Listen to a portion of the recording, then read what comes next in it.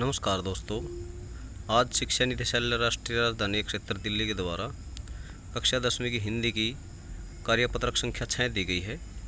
विद्यार्थी को सबसे पहले ऊपर अपना नाम व कक्षा अध्यापक का नाम लिखना होगा। चलिए आइए इस पद्यांश को ध्यानपूर्वक पढ़कर प्रश्नों के उत्तर देते हैं। जैसा कि मैं आपको पहले बता चुका हूँ कि CBSE बोर्ड द्वारा आपकी मुख्य परीक्षा में अपठित पद्यांश और अपठित गद्यांश के लिए 5-5 अंक निर्धारित किए हैं, जिनको आपने ध्यानपूर्वक पढ़ना है और नीचे दिए गए लघु उत्तरात्मक या बहुविकल्पीय प्रश्नों के उत्तर देने हैं। चलिए शुरू करते हैं अपने इस पद्यांश को।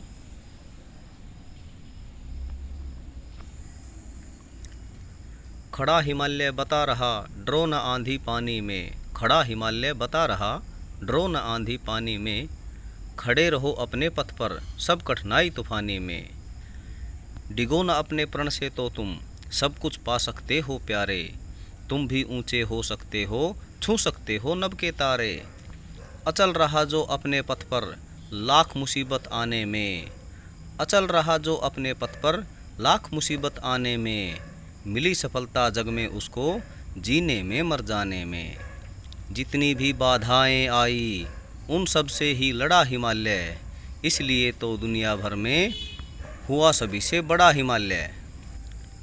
आइए इस पद्यांश की व्याख्या कर लेते हैं। खड़ा हिमालय बता रहा डरो न आंधी पानी में, यहाँ पर हिमालय पर्वत को प्रतीक माना गया है और हिमालय पर्वत के माध्यम से हमें बताया जा रहा है कि चाहे कितनी भी मुसीबतें क्यों ना आए, हमें हिमालय पर्वत की तरह अडिग रहना चाहिए। जिस प्रकार हिमालय पर्वत आंधी तूफान आने पर भी अपने स्थान पर खड़ा रहता है, उसी प्रकार हमें भी मुसीबतों के आने पर खड़ा रहना चाहिए। खड़े रहो अपने पथ पर सब कठिनाई तूफानी में, चाहे हमारे ऊपर कितनी भी कठिनाइयाँ क्यों ना आ जाए, हमें उनका डटकर मुकाबला करना चाहिए। डिगो ना अपने प्रण से तो तुम सब कुछ पा सकते हो प्यारे, यहाँ पर बताया गया है कि यदि आप अपने वचनों पर अडिग रहते हैं या अपने वचनों पर अपने सिद्धांतों पर डटे रहते हैं तो आप सब कुछ पा सकते हैं। तुम भी ऊंचे हो सकते हो छू सकते हो नभ के तारे, यानी तुम भी अपने वचनों पर अपने सत्य के पथ पर आगे बढ़ कर के अपना ऊंचा मुकाम प्राप्त कर सकते हो, सफलता प्राप्त कर सकते हो। आकाश में जिस प्रकार तारे चमकते हैं उसी प्रकार तुम्हारा नाम भी इस दुनिया के पटल पर चमक सकता है, यानी तुम भी प्रसिद्ध हो सकते हो और तुम्हारा भी नाम प्रसिद्ध व्यक्तियों की श्रेणी में आ सकता है। अचल रहा जो अपने पथ पर लाख मुसीबत आने में, मिली सफलता जग में उसको जीने में मर जाने में, यहाँ पर बताया गया है कि जो भी व्यक्ति मुसीबतों के आने पर भी अपने पथ से नहीं हटा, अपने पथ पर आगे बढ़ता रहा, उसे ही सफलता मिली है। अपने पथ पर डटे रहने के कारण बहुत से वीरों ने अपनी जान गंवाई है, बहुतों ने अपने आप को नया जीवन दिया है। ऐसे वीर ही अपना नाम और सफलता की शोहरत को छू सके हैं। जितनी भी बाधाएं आई उन सब से ही लड़ा हिमालय, अब यहाँ पर हिमालय पर्वत को प्रतीक माना गया है और कहा गया है कि चाहे कितनी भी मुसीबतें क्यों ना आ जाएं, हमें उनका डटकर मुकाबला करना चाहिए। जिस प्रकार हिमालय पर्वत अनेक बाधाओं के आने पर भी खड़ा रहता है, इसीलिए तो दुनिया भर में हुआ सभी से बड़ा हिमालय, इसीलिए हिमालय पर्वत को सबसे बड़ा बताया गया है। यानी यदि आप भी मुसीबतों का डटकर सामना करेंगे और अपनी सफलता को प्राप्त कर पाएंगे तो आप भी एक प्रकार से बड़े व्यक्तित्व के धनी हो जाएंगे। आइए अब इस पद्यांश के प्रश्नों के उत्तर देख लेते हैं। पहला प्रश्न है, आपको हिमालय की कौन सी बात अच्छी लगती है, कोई दो लिखिए। हमें हिमालय की निम्नलिखित दो बातें अच्छी लगती हैं। नंबर 1, हमें हिमालय की मुसीबत में भी डटकर खड़े रहने की बात। नंबर 2, मुसीबतों को झेलते हुए भी सफलता पाने की बात अच्छी लगती है। प्रश्न नंबर 2, मुसीबत के समय क्या करना चाहिए, पद्यांश के आधार पर सोचकर लिखिए। मुसीबत के समय भी हमें अपने पथ यानी रास्ते पर डटे रहना चाहिए, क्योंकि जो मुसीबत में डटे रहते हैं वो ही सफलता पाते हैं।